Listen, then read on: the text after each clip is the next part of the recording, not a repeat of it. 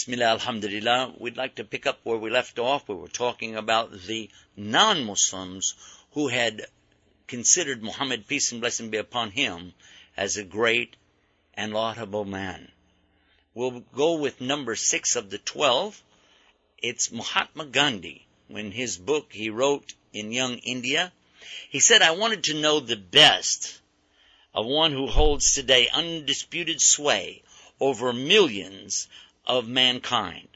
I became more than convinced it was not the sword that won a place for Islam in those days in the scheme of life. It was the rigid simplicity, the utter self-effacement of the Prophet, the scrupulous regard for his pledges, his intense devotion to his friends and followers, his intrepidity, his fearlessness, his absolute trust in God and his own mission.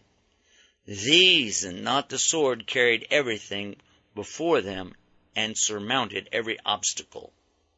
He continues and says, when I closed the second volume, he's talking about the Prophet's life, peace be upon him, I was sorry there was not more for me to read about this great life. And then we'll mention number 7 was the English author Thomas Carlyle in his book, Heroes and Hero Worship. He said he was simply amazed, and we quote, how one man could single-handedly weld the warring tribes and wandering Bedouins into a most powerful and civilized nation in less than 2 decades. That's a pretty amazing statement. Number 8 is Diwan Shan Sharma, who says about the prophets of the East, Muhammad was the soul of kindness, and his influence was felt and never forgotten by those around him. That was written in 1935 in Calcutta. We want now to mention number 9. This is from Sarojini Naidu, who was the poetess of India. And she says, it was the first religion that preached and practiced democracy. For in the mosque, when you call for prayer, then the worshippers gather together, and the democracy of Islam is embodied 5 times a day. When the peasant and the king kneel side by side and proclaim, God alone is great.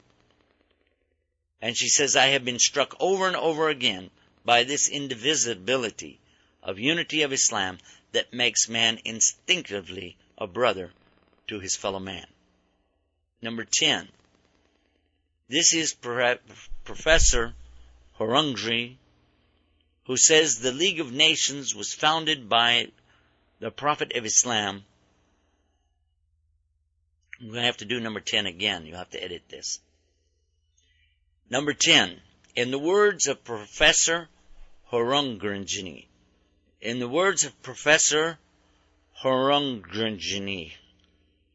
this guy needs to change his name.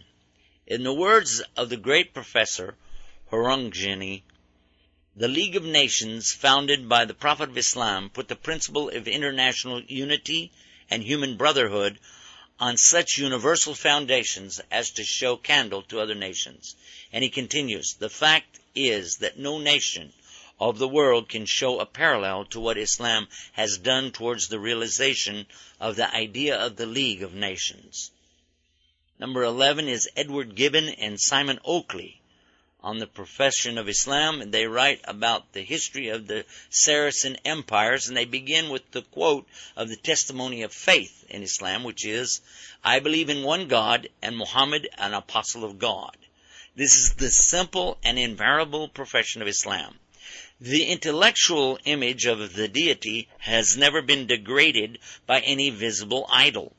The honor of the Prophet has never transgressed the measure of human virtues, and his living precepts have restrained the gratitude of his disciples within the bounds of reason and religion.